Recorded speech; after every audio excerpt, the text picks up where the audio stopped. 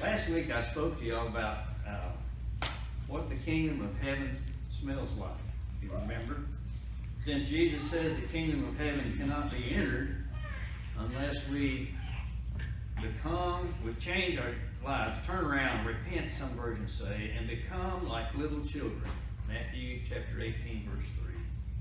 I decided we must smell like baby powder. We have to be like little children.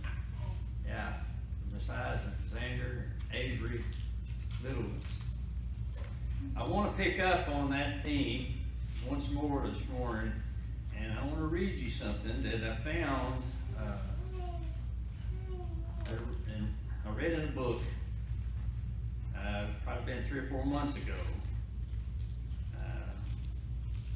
But I was looking at it, I think Tuesday, and it just fit so well with that. And then Roy's not able to speak. I thought I'd just share that with you this morning. The book is titled Upside Down Spirituality.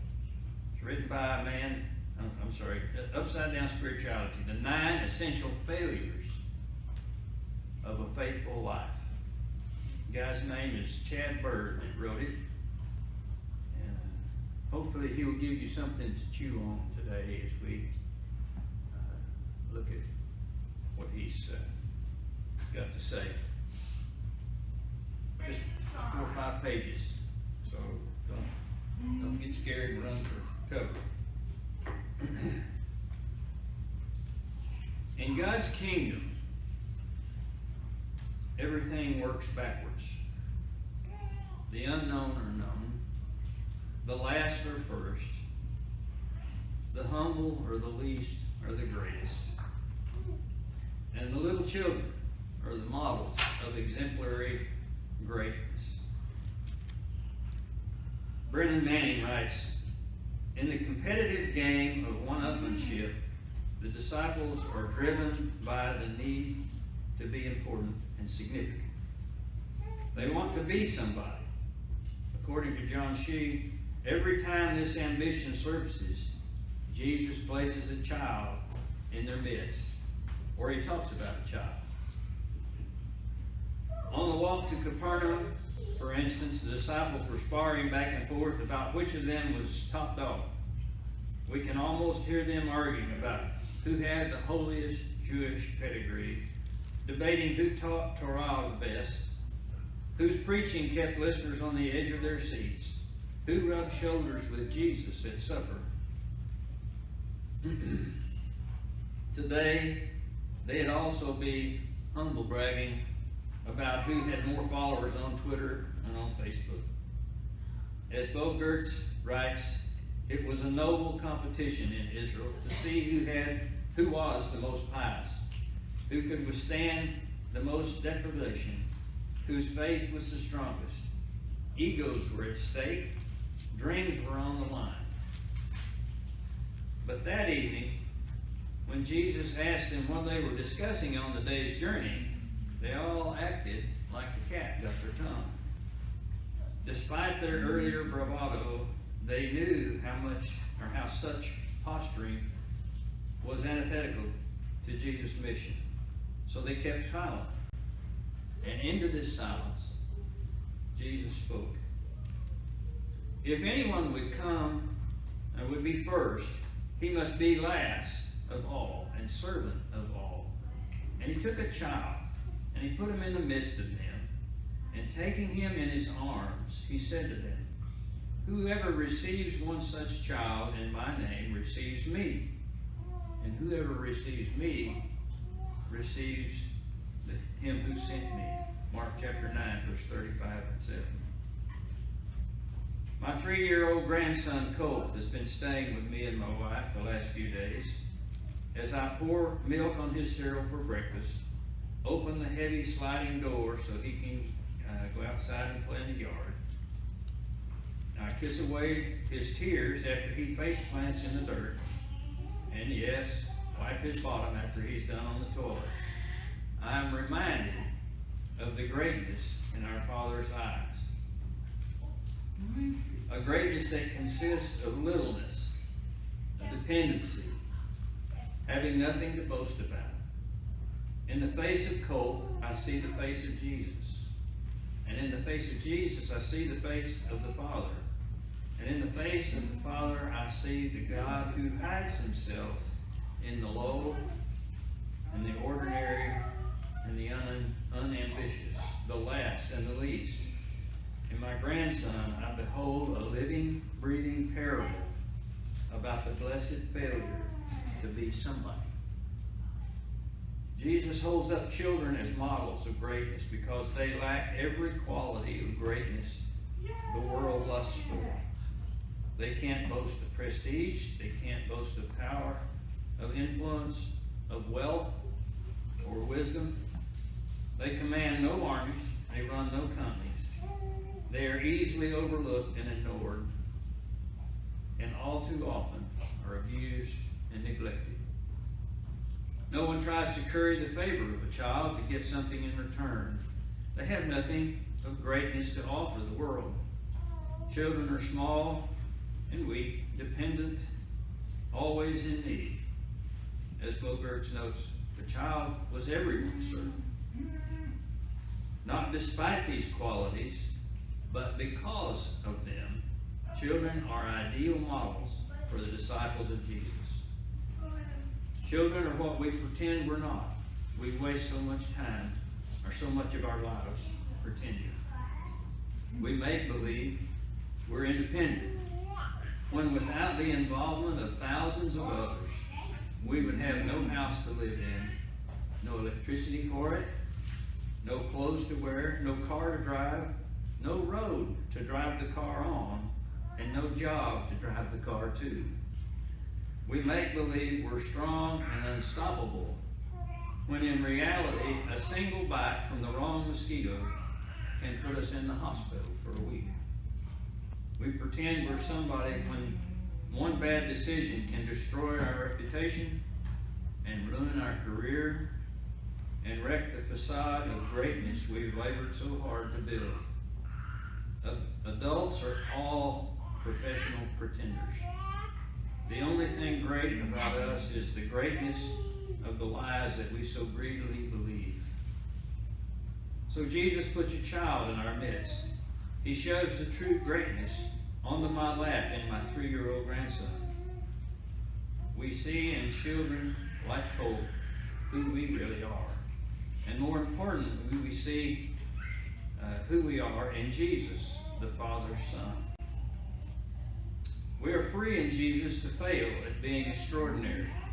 We are free in Jesus to fail at being ambitious, at making a name for ourselves, at ruling the world.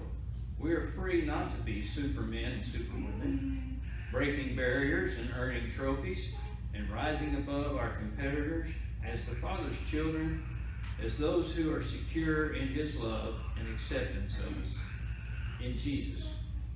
We have nothing to prove to anyone. We have the approval of God Himself, and as Paul says, if God is for us, who can be against us in Romans 8:31? True greatness is found in being the Father's son or daughter. True freedom is found in serving others, considering them more important than we are. And true success is found in the failure to find meaning and purpose in something we do, accomplish, or build. Rather, our identity, our meaning and purpose is not something we work for, but something we receive from the hand of our Father. What drives our ambition is at its core a hungering for love. If we do enough, if we accomplish great and extraordinary things, we will be loved. Like children in large families, we think we have to stand out to get our parents' attention. So we push past our co-workers, outperform our peers, leave everyone else in the dust, all to be noticed. That may make sense in the eyes of the world, but that may be the way to garner and that may be the way to garner attention and even generate a following. But that's the exact opposite of what attracts God's attention. Michael Horton writes, While the first Adam launched a meet you at the top philosophy of life, Jesus Christ says to the world, I'll meet you at the bottom. Jesus says, I'll meet you at the bottom of anonymity in a life hardly anyone notices. And no one will remember once you're gone. No one, that is, but me, the only one who truly matters. I'll meet you at the bottom of a vanilla life, plain in its predictability, dull to most, but suffused with love for the unfortunate, sacrifice for those you love, and mercy towards the neighbor. I'll meet you in the ordinary 9-to-5 job, where every house you build, every engine you repair, every field you plow, every lesson you teach is a good deed in which I rejoice. I'll meet you at the bottom of life of service, of considering others more important than yourself, of always asking what you can do for them instead of what they can do for you, of laying down your life for your friends. I'll meet you in this life patterned after mine. For the Son of Man came not to be served, but to serve and to give his life a ransom for many. Matthew 20, verse 28. And Christ says, I'll meet you at the bottom when you fall from the top, when the throne of ambition crumbles into dust, and you shatter into pieces on the rock-hard ground of humility. I'll meet you there too. For the Lord is near to the brokenhearted and saves the crushed in spirit. Psalms 34:18. I'll meet you when your sycophants have deserted you for another idol. Your fans have moved on to the next rising star. Your reputation is trashed. Your future is dark. And your great accomplishments are but dust in the wind. I'll meet you there and love you back to wholeness, to humility, to a life in which you will one day thank me that you failed so miserably at being great.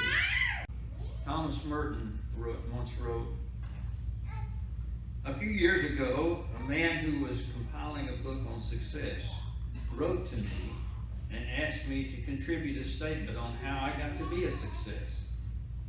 I replied indignantly that I was not able to consider myself a success in any terms that had a meaning to me. I swore I had spent my life strenuously avoiding success. If it happened that I had once written a bestseller, this was a pure accident, due to inattention and naivety.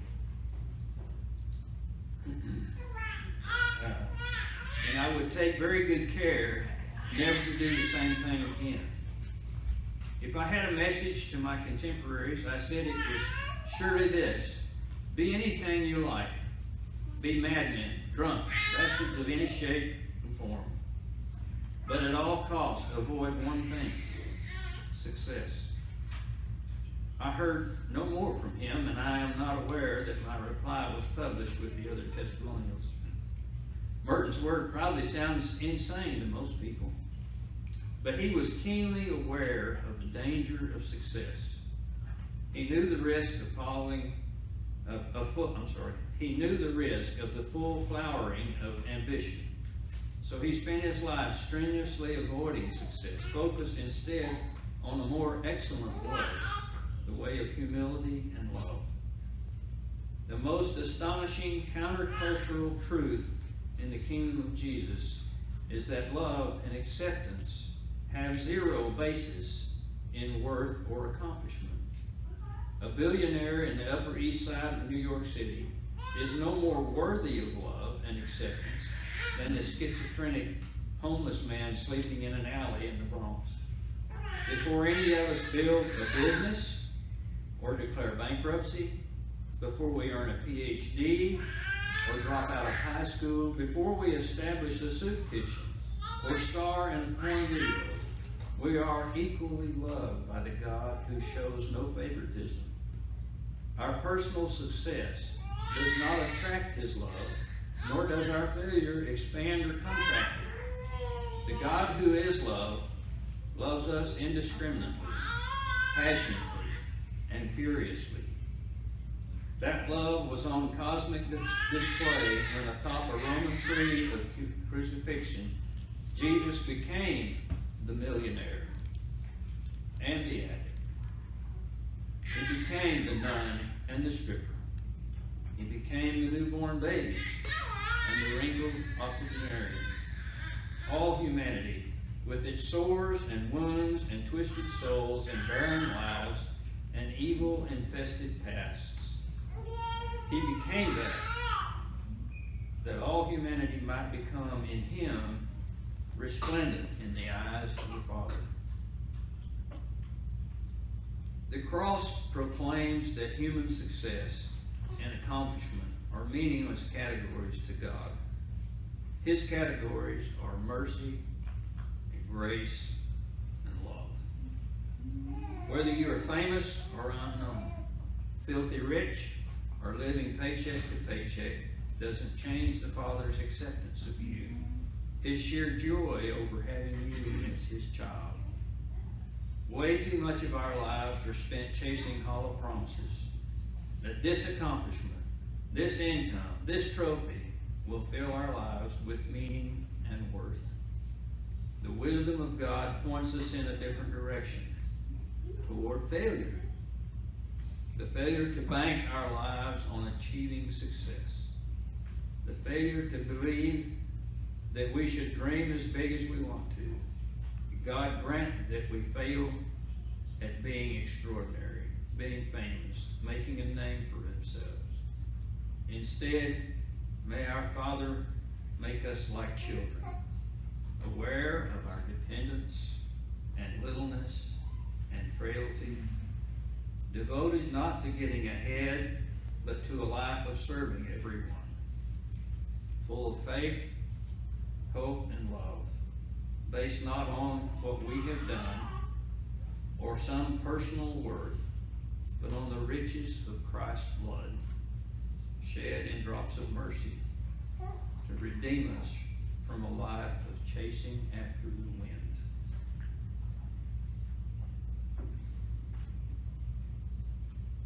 We must remind ourselves continually that God's kingdom operates differently than anything else that we experience in this world. Blessed are those who don't make a name for themselves, but rejoice that their names are written in the Lamb's book of life. I just wanted to share that with you this morning, since we talked last week about some of those things, about being childlike. It's very, very different, as you well know, from what you get from the world, what you're told. I'm thinking a while ago, or I guess last night, the things you're told when you're in high school and you're getting ready to graduate, and they're saying all the possibilities, and you can do this and you can chase that, and we get all messed up chasing the wrong things. Some of us have the opportunity to turn around and, as he says, chase failure in the worldly things. So anyway, those are my thoughts for today. I hope it gives you something to chew on this week as you consider what Christ has done for us.